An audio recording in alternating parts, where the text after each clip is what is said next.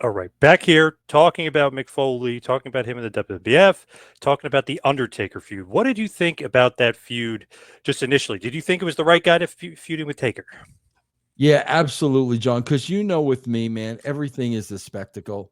And these are two larger than life wrestlers. These are two larger than life characters. So it's not just another wrestling match. It's two gigantic men, well refined characters, and this is a spectacle. This is the type of match and angle that everybody's going to be interested in. So Taker at this point, to be honest, and I know people are going to complain or maybe say something about it, but Taker was pretty boring at this point. He kind of lost his edge a bit. He kind of was searching, for the character again. It was kind of getting passe, and then all of a sudden, Mankind comes into the picture and it completely changes. He starts becoming relevant again. He's brawling. He's doing all these things. You're seeing a different side of Taker. I think it really enhanced Undertaker as far as Foley.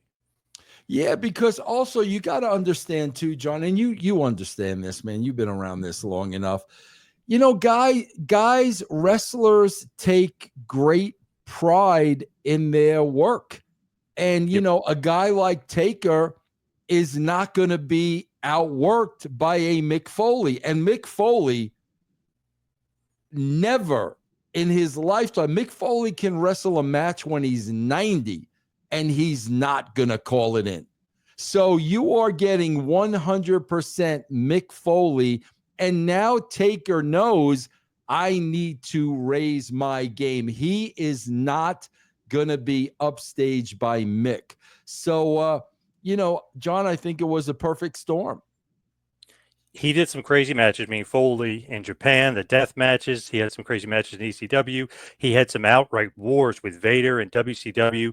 And this is like just another notch in the belt here because he's going to bring a different side of Undertaker, and it's going to be wild brawls. It's going to be crazy matches. I mean, we're going to see something we maybe never saw at Undertaker either. So Foley's kind of pushing him to the next level.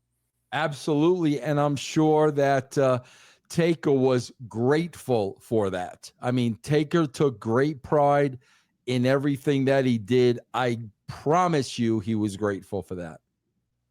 So here starts the feud, basically, the Undertaker feud. Good friends, better enemies. Taker wins against Mankind in the dark match, setting up King of the Ring at 96, where Mankind wins, shockingly, and Paul Bearer hit Undertaker by accident with the urn. So you're seeing a little bit of a tease there, like, oh, was it really by accident? Was it like, what the heck happened there? So Bearer cost Undertaker the match. Foley gets his first, big win. I mean, that's a huge win a few months in.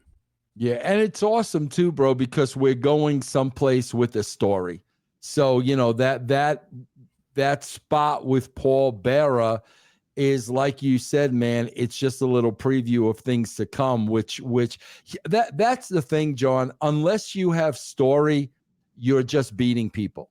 And that's how you get into 50-50 booking, because there's no story. This obviously was the start of a story with Taker and Paul Bearer.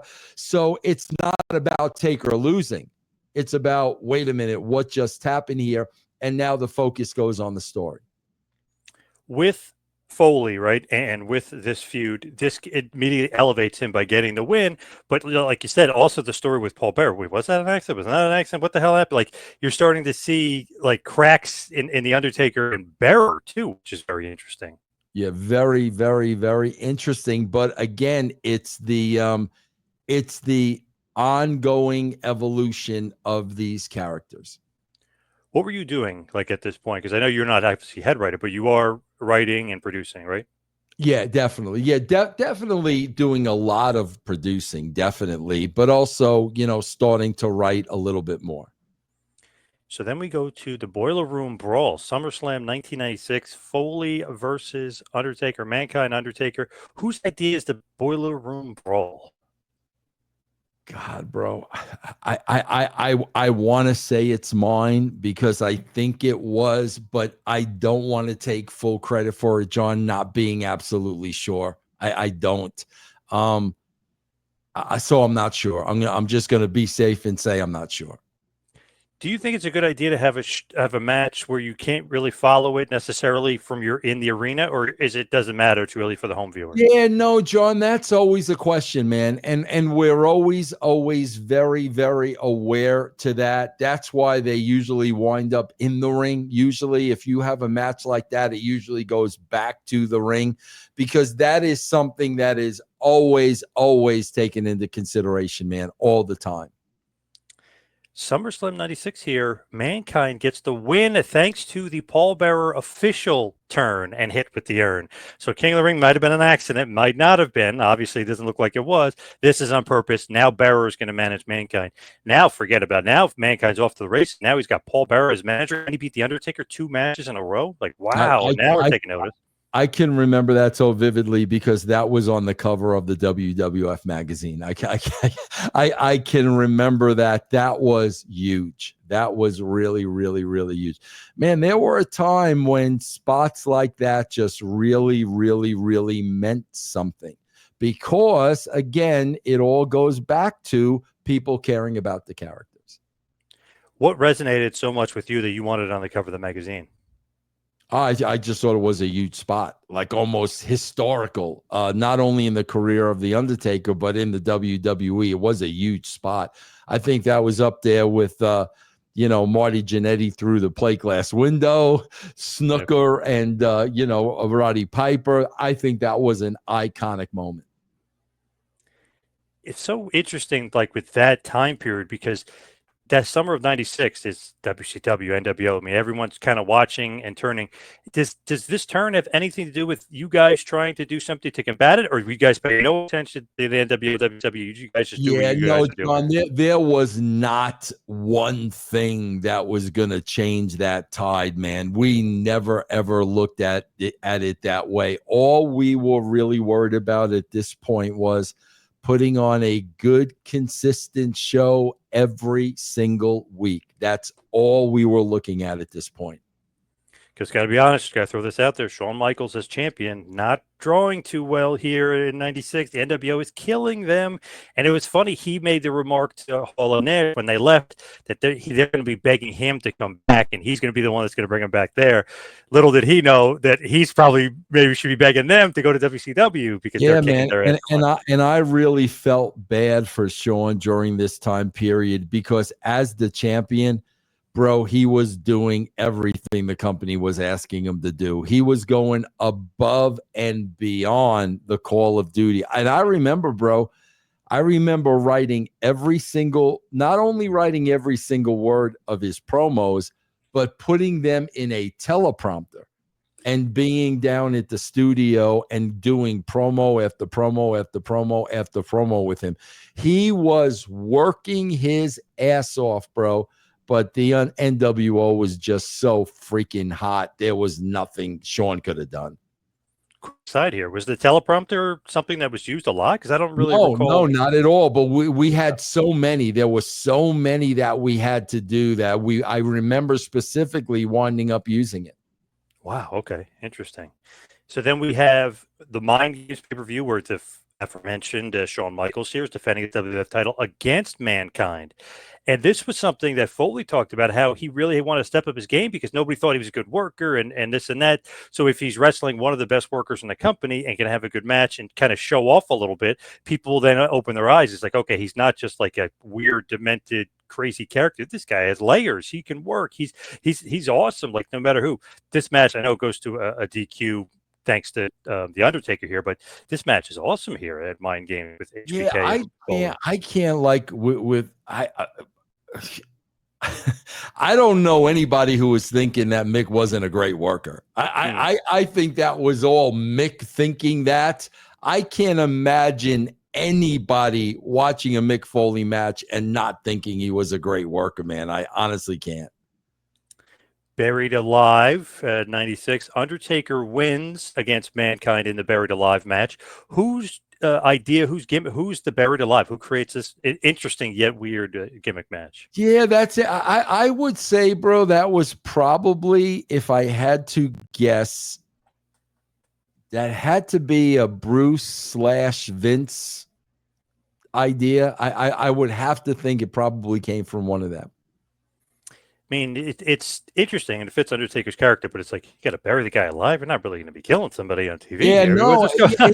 it's funny, bro, because to this day, like, I still don't know how they did those matches. I don't know how it was set up. Like, I still have no idea. I never saw the magic trick. I still don't know. Oh wow! So there's like a trap door. You can't really see it because of the camera angles, but there's a trap door. They open the door. He goes under the door, and then you bury him alive. But nobody can see the trap door and everything. But they got to make sure, obviously, that he's out of there before they do that. I would be scared. Oh, I would be scared to him. death. I definitely. But everything back then, I mean, God, bro, we had Richie Curtis set up all that stuff, and everything was really so safe.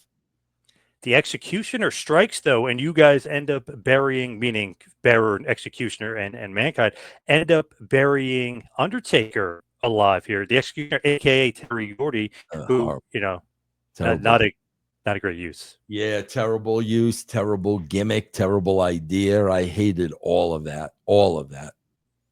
It's funny that this kind of stuff, little by little, leads to you taking over. You know what I mean? Like corny character here, hokey character here. Yeah. What is this? 1977, the Executioner? Like, what the hell is this? Yeah, no, I hated that, bro. I did not like that at all. Yeah. So that means even though Mankind technically lost, he really gets the win. You know, he loses the battle, but kind of wins the war.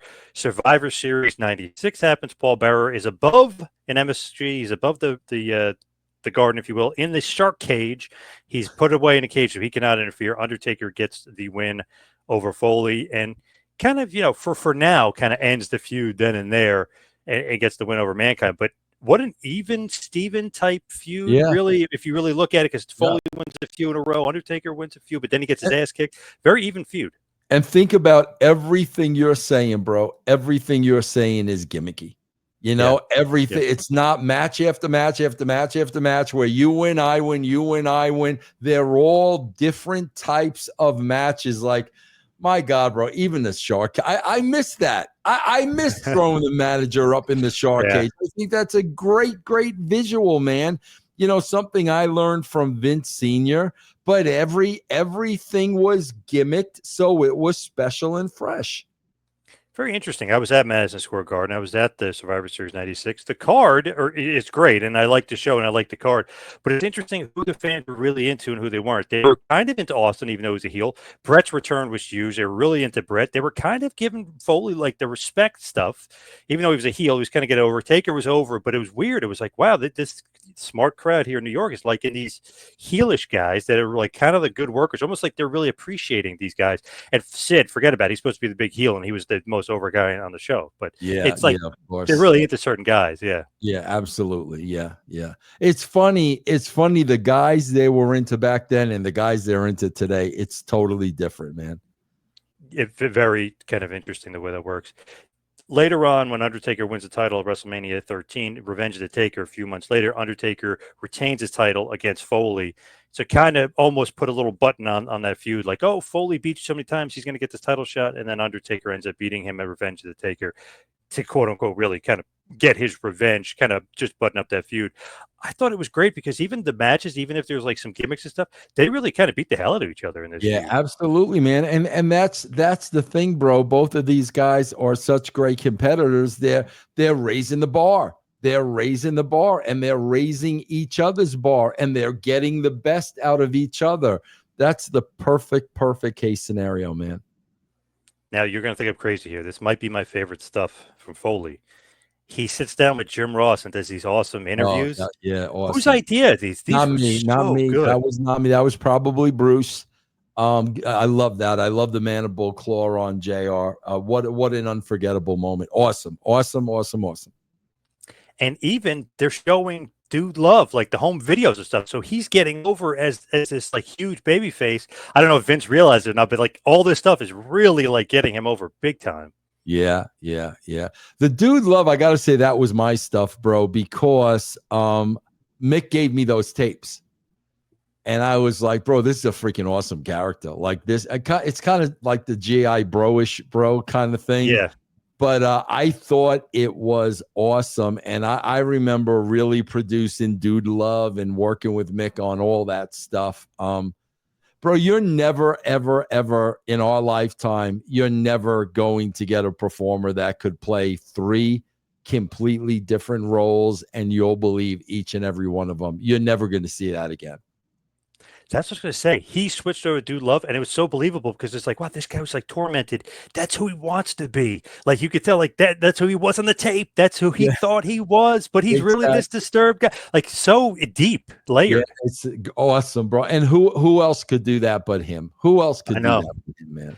There's been a ton of guys that did other gimmicks. You're just like, it's just this guy playing a gimmick. It's so lame. Yeah. Foley, you're like involved. You're like, oh, Jim Ross kick his ass. Like, you're like getting into everything he says. Yeah, 1000%, bro. Yeah, I love that. He does help Steve Austin retain the tag titles after HBK gets hurt. Austin and Shawn Michaels were tag champs. Austin thought he was a freak, quote unquote, didn't want him as his tag partner, but he's trying to even help Austin, who's getting a huge pop at getting over like. Over in 97, which is awesome, bro, because of the characters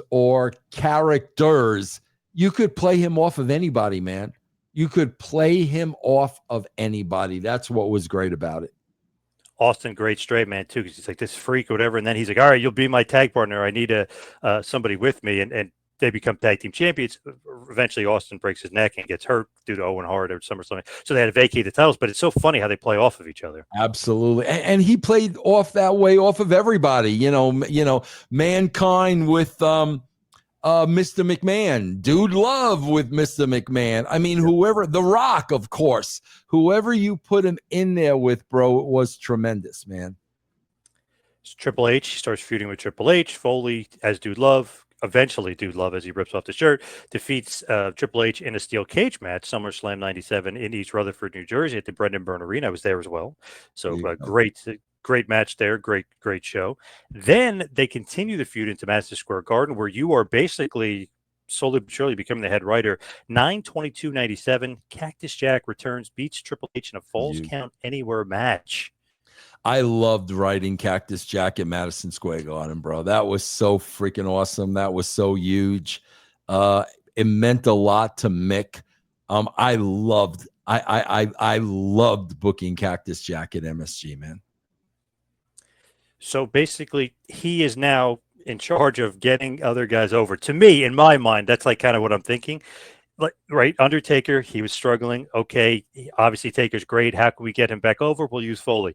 Triple H is here. We need to get him here. How can we do that? Insert Mick Foley. Am I right or am I wrong? Absolutely, bro. No matter who you put him in there with, he's going to up their game, and he's going to elevate them. No matter who you put him in there with.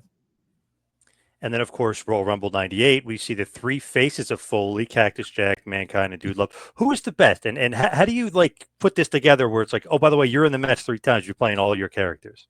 Well, I know that was, creatively I suggested that. How the match is laid out, that's Patterson. You know what I'm saying? Yep. But again, man, like I said, the guy's playing 3 different characters, and you think they're 3 different characters. I say Vince some money, bro, that he didn't have to call 3 guys, But you just know whatever you're going to give Mick, he's going to pull off. It's that simple, bro. Do you have a favorite face of Foley? Man.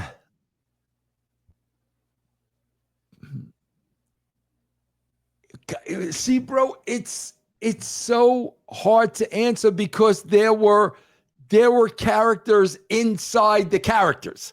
Like, I didn't like the first Mankind when, Vince tried to turn Mankind corporate and now he's wearing the tie. Like, that version of Mankind I liked. You know what I mean?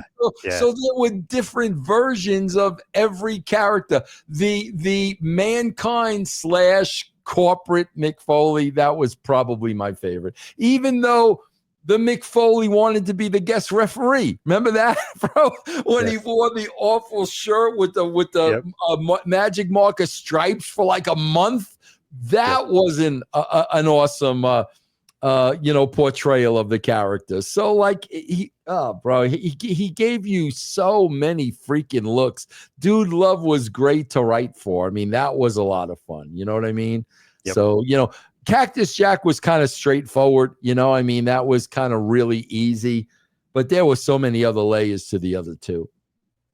WrestleMania 14, Cactus Jack, Chainsaw Charlie versus New Age Outlaws, the dumpster match, a great match. They win the tag titles that night, but then get stripped the next night and have a rematch in the steel cage match against Road Dogg and Billy. They end up losing that match, but it's so interesting what happens afterwards that the crowd is chanting for Austin. DX takes over. Remember, X-Pac made his debut earlier, and it's DX in the cage, full-blown heels now. They're like the dominant faction. NWO ripoff, we'll say, the DX there. But you have an NWO member. You have Waltman, so all is good there. You have X-Pac. Is the idea set in motion then or not for Austin's next feud? Because they're chanting for Austin while Foley's getting beat up as Cactus Jack. Because it seems like that kind of laid the groundwork. How does that work for the creative? It does lend the crowd work, but the fans are dictating. Because of that, we would go in a certain direction. Because of that response, we're going to now go in that certain direction. If that's what you want, that's what you're going to get.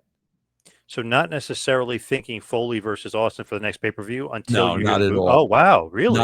Not at all. Bro, again, I told you, John, the 99.9% of the way I wrote was organic. And that's what makes writing easy. You just go with it. They're telling you what they want. They're telling you what to do. You just go with it. And that's how I wrote. So Foley, obviously he's turning heel here the next week, cuts an awesome promo after the DX beatdown. Fans didn't care. You were chanting Austin's name. So he's obviously not happy with Austin at all. And then another show I was at, the 413 Raw, which happens a week later, basically kind of really ramping this up, or a few weeks later, really ramping this up, really building up. Austin versus Vince McMahon with, and obviously Austin has one hand tied behind his back. Philadelphia, another awesome show, just monumental. This is the night that Raw beat Nitro for the first time in 83 weeks, really 90 weeks if you really want to look at it. So this is such a huge Raw. And what happens at the end when Austin has one hand tied behind his back? Dude love Mick Foley beats up Austin and causes the DQ. So Foley's right back in the main event. Yeah, and it's, bro, it's so, like you said, man, it was so deep on so many levels, because the reality of the situation is it's the same guy, and no matter what character it is, Mr. McMahon can manipulate him. Yeah, you know what I mean? Whether it's Dude Love, whether it's Mankind, Mr. McMahon knows how to manipulate him. And again, bro, that's just what made things very, very believable. Man, it's so awesome. Just the way this all happens just seems like it's going like perfectly sequentially. Like, wow, that he does have total right. Like, he's going to turn the fans. This guy really is kind of nuts. And then Vince totally manipulates him. Who could take out Austin? He's not going to be his corporate champion. He's going to use Foley to do it. Foley is very unhappy. This feud is red hot. This feud is awesome. It's going to last for 2 months, which is great. Foley, aka Dude Loves with Vince. Vince, at one point, I think we talked about this in the past, does some awesome, hilarious dance on Raw that's like everybody breaks character for. I know, he's doing the Dude Love. I know exactly what you're talking about. He's on the stage, and Austin is in the ring, and Austin is doing everything to keep from busting a cut. I know exactly what you're talking about, man. And one of the dudettes there looks like it's Colette Foley. She looks like she's playing the character of one of the girls that's dancing too there. So see, I didn't even realize that. That part I didn't even realize. Yeah, Easter egg there, which is interesting. But Very this nice. is great. I love this. So it's Dude Love, Austin. They're going to feud for 2 months. Unforgiven 98 is the first match. Dude Love defeats Austin by DQ. The rematch is at Over the Edge 98. We've mentioned this before. I think it might be the greatest finish ever, like in wrestling. I just love like. Part A part happens, then B, C, like all the dominoes fall into effect. So Undertaker puts Patterson through a table, puts Briscoe through a table. There, obviously, Vince is the referee for Austin versus Dude Love, the rematch, because he wants to assure that he's going to make sure that only his hand can count to 3, and that Dude Love will win the title and finally get his corporate champion, because Austin is a disgrace to the company. Austin ends up nailing Vince with the chair. Foley gets stunner. Austin uses Vince's hand to count to 3. As a fan, you're like, how the hell is Austin getting out of this one? He's losing the title. And he beats Dude Love thanks to him putting Vince's 3 down. So you kept Dude Love strong, though. And bro, that's the thing. Like, I can remember sitting at Vince's, living room table, dining room table. You'd probably call it the dining room table. just figuring out these finishes. You know what I mean? Like coming up with something that we knew was going to be marquee, box office, sell, people were going to be interested in it. So you book that. Now you got to sit down and figure out how to make it work. Those were the best freaking discussions, man. And that's my problem with today's WWE product, John, is they are churning out so much content because they're trying to serve so many masters that they don't have the time to come up with that kind of creative. They don't have the time to sit there for 2-3 hours and figure out how to make this work. They don't have the time to do that anymore.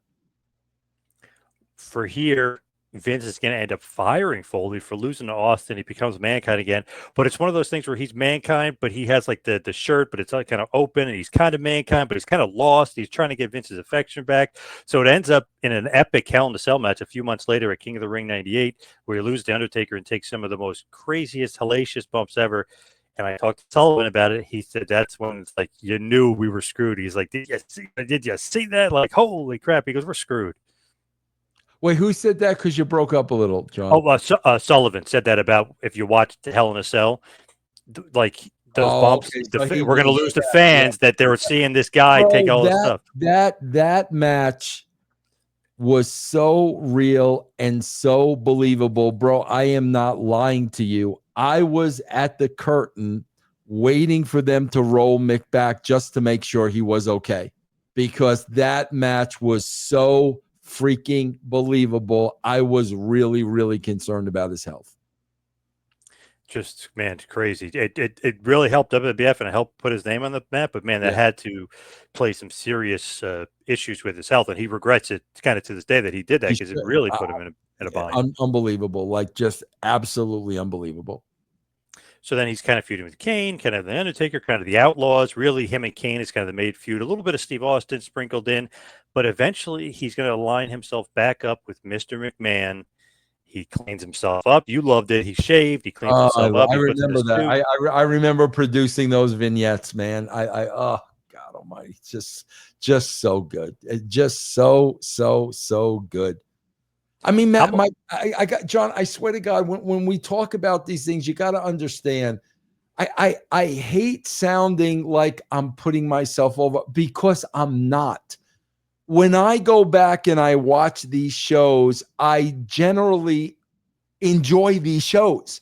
I enjoy these shows. They're good wrestling shows, and I just wish somebody would bring that back and bring those characters back. Bro, when you look at Mick Foley, Shawn Michaels, The Undertaker, Kane, when you look at all these guys, John, these are pros. These are There's no good little hands.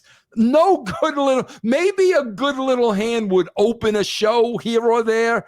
These are all bona fide professional wrestlers that deserve to be in the spot in the greatest wrestling company in the world. That's who I had the privilege and the honor of working with. And that's why when you tell Mick, we're doing this, you got to cut all your hair off, blah, blah, blah. Mick's not going to have an issue with that. Mick's not going to fight that. Mick's going to understand, okay, bro, he understands his character, McMahon's character. This makes sense, where we're going. And you just had the best in the business at that time, man.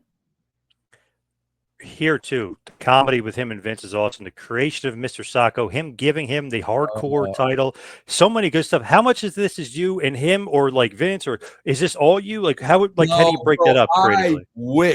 I wish I came up with Mr. Sacco, because I'll never forget this, John. I could not go on that vignette. I had too much to do with the building. I could not go. They went off campus to a hospital and shot that. I could not go. Bruce went. Okay. I had too much going on. There were instances like that where Bruce did a lot of the big things because I couldn't go. Bruce did the DX thing. Bruce produced those, right? Yep. So I couldn't go. So they came back and saw and showed me the footage. Bro, when he came up from under that bed with Mr. Sacco, I lost it. I absolutely lost it. And then he told me it was Al Snow. You know, that was Al's idea. Urkel the Clown was my idea. We had used her before, I think, in This Is Your Life, The Rock. So we already knew who Urkel. Which came first? This Was Your Life? No, this came first. This came first, and then she made a return visit. Yes, so you know, we had the clown. See, bro, you got to understand, everything I'm writing is what that character would do. He would go visit Vince in a hospital. Yeah. He would bring a clown. He would, you know, bring balloons. It's all what that character would do. But the Sacco, which was Al's idea, bro, that popped me so freaking huge. I thought it was absolutely genius. I wish that was something I would have come up with, but I didn't. The best part, too, is Vince, really, you could tell Vince doesn't like him. He's just using him, but he thinks Vince is his buddy, like his father figure. So he's really a babyface who's trying to be heel, who's playing kind of like a tweener. But it's so interesting, the dynamic with him and Vince. It's great. It's incredible, man. Absolutely incredible. Absolutely, man. Which, of course, leads up to Survivor Series 98. He thinks, you know, he gets a match with that WCW turncoat Dwayne Gill early on in the show. You think that it's all leading to Foley winning the title. Nope, it's a swerve. The Rock turns heel, and The Rock is the one that's the real corporate champion, not Foley, which, of course, leads to Rock versus Foley in an epic feud as well. Yeah, and again, it's just a beautiful story, just the way Mr. McMahon is using him. He's the foil. You know what I mean? And you you feel so much for him because time and time again, he's trusting him and then he's getting over on him. And that's how you create characters, man, when you feel for them on a personal level. Huge babyface turn for Foley, huge heel turn for The Rock. Rock bottom 98 gets the win over The Rock, but he didn't submit him. He didn't pin him. Remember, he knocked him out. So Vince goes, no, TKO. Okay, you can't win the title like that. So really, Foley should have been champion, but he's getting screwed by, you know, Vince and the corporation. So then the feud continues on. Huge ratings for Raw 99 Worcester, Mass, where Foley wins the first title, where infamously Schiavone tells you to, you know, basically flip the channel and Foley wins their world title. And which basically kind of Foley, if you want to say, was kind of the one that put the nail in the coffin for WCW in the ratings, because they never won again after that. That was such a huge mistake, and that was such a gamble. See, here's what happened, bro. This is where you got to separate. I always say this all the time, John. When I wrote this show, I didn't write a show that I liked. I wrote a show that I think the masses were going to like. And here's where Eric made a mistake. Eric didn't like Mick Foley. It's that simple. So Eric is saying, yeah, tune on over Mick Foley. Ha, ha, ha. Not realizing, bro, people love Mick Foley. You just told them Mick Foley's going to win the title, but because of Eric's personal feelings towards Mick, it totally backfired on him, bro. That was a huge mistake on his part. And the pop that Foley got, I mean, obviously everybody loves that. One of the most memorable moments in Raw history. Absolutely, man. Absolutely. Yep. Royal Rumble 99. Rock beats Foley in an I Quit match, but of course they cheats, and it's a vicious match, and you know, it's covered in Beyond the Mat and everything else, but man, and we've covered it before too, but man, what a crazy match with the headshots with the chair. I hate that. I can't watch. Yeah, I can't watch that again. He never said I quit, though. They recorded him earlier on Sunday Night Heat saying I quit, which is genius. Yes. Good stuff. And then, of course, halftime Heat was literally in the halftime of the Super Bowl. Foley wins back the title during the halftime of the Super Bowl. What a cool, mainstream. Bro, I totally ripped off that idea from Terry Funk and Jerry Lawler in Memphis. 1,000%. That's where I love that match, and that's where I got the idea from. St. Valentine's Day Massacre. There was a no contest. That was a last man standing match between them. So a lot of matches, a lot of back and forth. Then Raw after that, The Rock beats Foley in a ladder match thanks to the Big Show, and he becomes a champion again. So obviously then Rock goes on to Austin. Foley goes on to Big Show, but the winner of that match will be the referee for WrestleMania 15. Yeah. Was that initially supposed to be the match, or was the match initially supposed to be Rock, Foley, Austin three-way at WrestleMania 15? It was supposed to be a three-way, and Shawn Michaels showed up at a TV taping and got in everybody's ear about how it just should have been Austin and Rock, including Rock. And because of that, Vince took Mick out of the match. That was a three-way match, without a shadow of a doubt. I was so freaking pissed off at Shawn. I cut a promo on Shawn at Hunter, knowing Hunter will tell Shawn. Then Shawn threatened me. I think, was that the only time I got threatened by a wrestler? I think that was the only time I got threatened by a wrestler, but I was so pissed off that Shawn took that away from Mick. So pissed off. Crazy that he gets involved in something he shouldn't even be involved with, because then Foley does get in the match and it makes it three-way. Not really though, he's just a referee because he beats Big Show by DQ earlier on in the day, so he is a part of the match, but it's just as a referee, so it's a lot different than it really was supposed to be. Absolutely. And he had earned that spot, and that's why it was set up, and I was the one that had to tell him he was out, and I hated that, bro. Hated it. Then we have the corporate ministry feud. Cactus Jack returns for one night, and the Union, which was an interesting thing we were talking about in the past. I think I'm getting close to that. I think I'm getting close to that, John, on my Raw reviews. I think I'm getting close to that. Shamrock test Big Show and him, or the Union with the Hacksaw Jim Duggan 2x4s was kind of a weird gimmick, especially during that. It is a weird gimmick. I got to go back. I'm close to watching that, and once I watch it, I think it'll bring back some things. Forget which episode we talked about. You said it was inspired by Fist. The Sylvester Stallone. Well, what are we? Fist. What are we? Fist. Yeah. He had knee surgery, so he was out for a few months there here in 99. Then Triple H feud once again. So he's kind of again in charge of getting Triple H to the next level. So get him over, get him to the next level. And then now we want it to be a main eventer. Now we really want to push him. So SummerSlam 99 happens. Steve Austin does not want to lose to Triple H one-on-one. So you guys add Foley to the match, makes it a three-way dance at SummerSlam 99 with Jesse Ventura as a referee. Foley ends up getting the pin on Austin, winning the WWF title, but the next night on Raw in a one-on-one match with Triple H defeats him for the WWF Championship. How did all this kind of break down? Oh my God, bro! I that was so much right there. This is SummerSlam. Yeah, 99.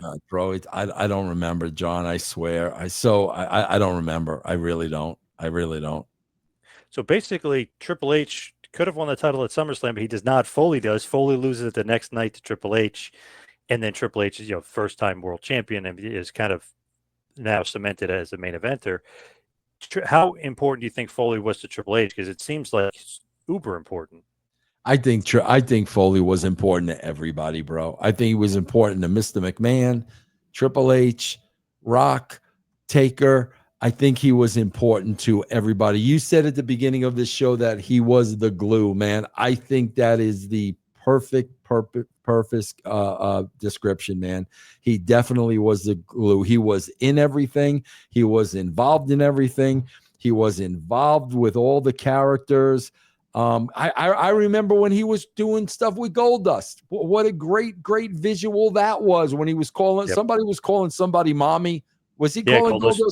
He was calling Goldust mommy. Yeah. Tremendous. Bro, there'll never be another like him. We could talk about Mount Rushmore's till we're blue in the face.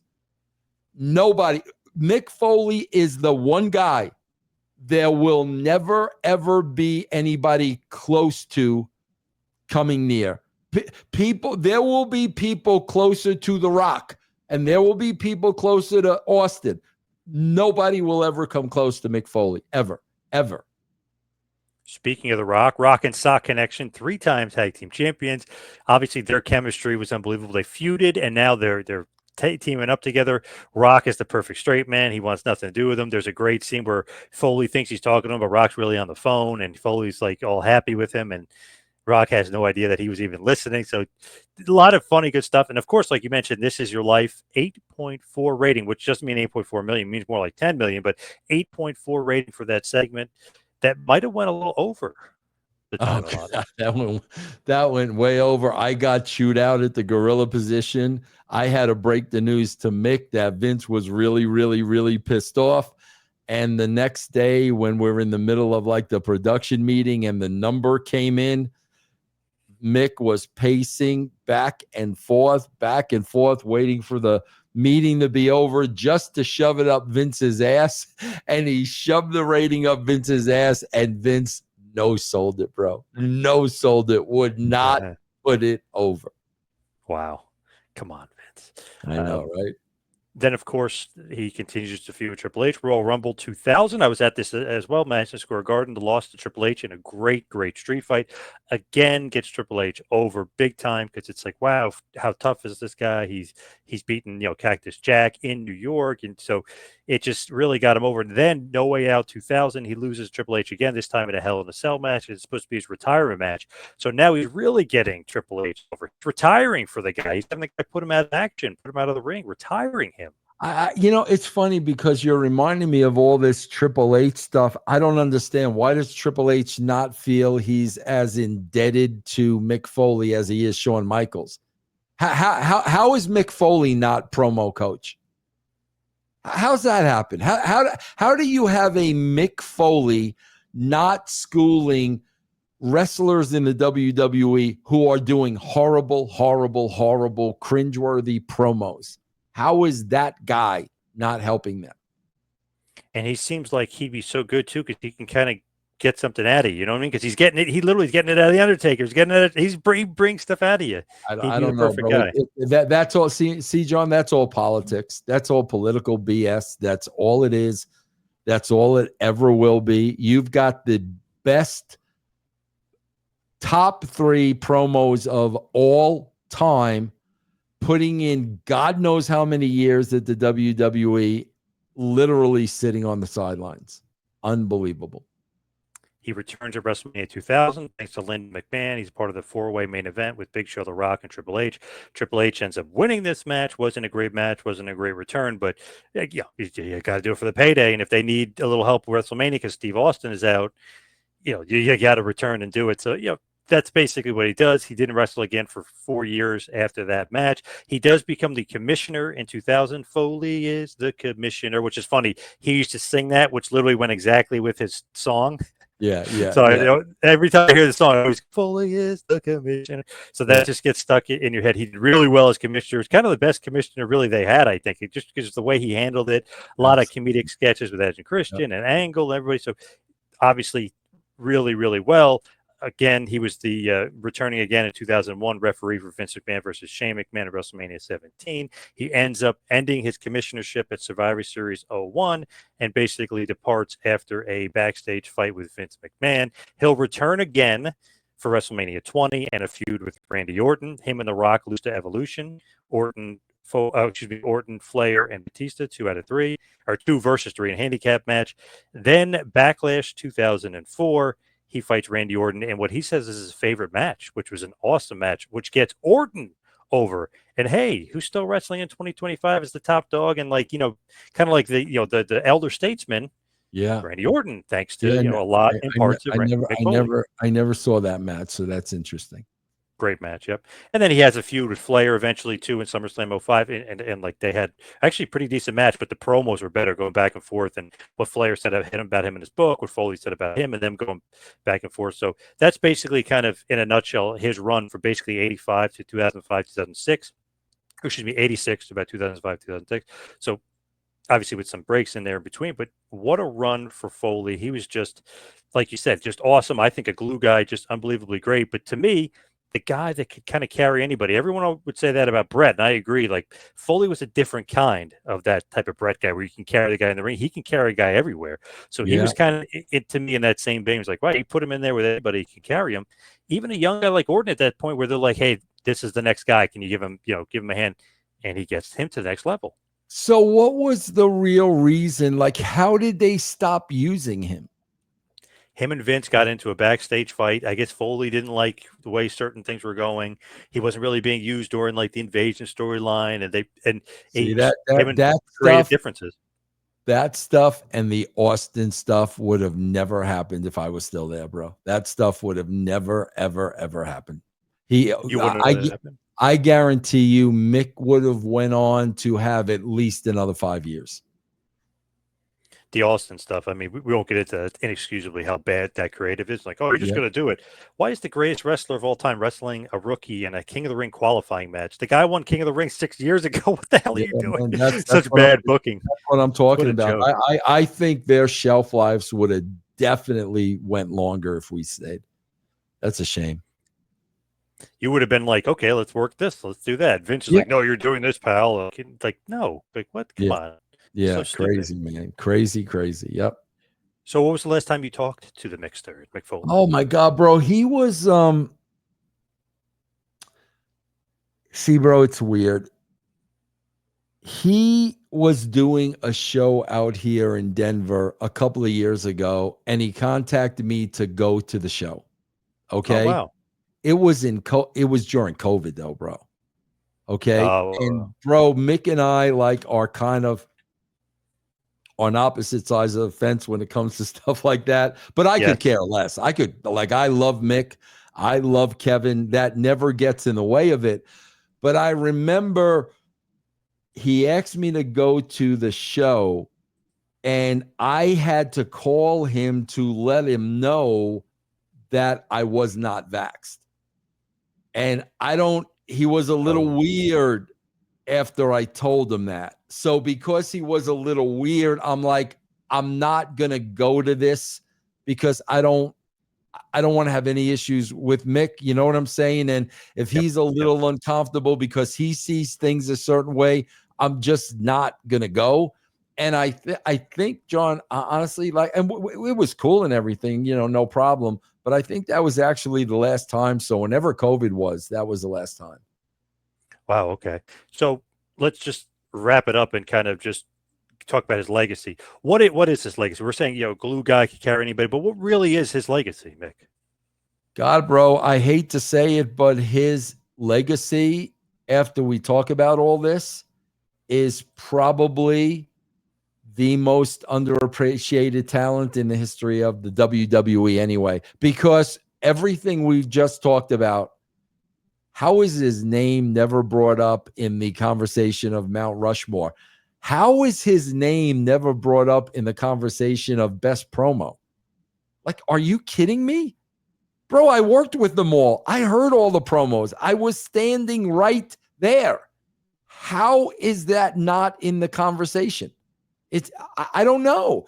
What was he taken for granted, John?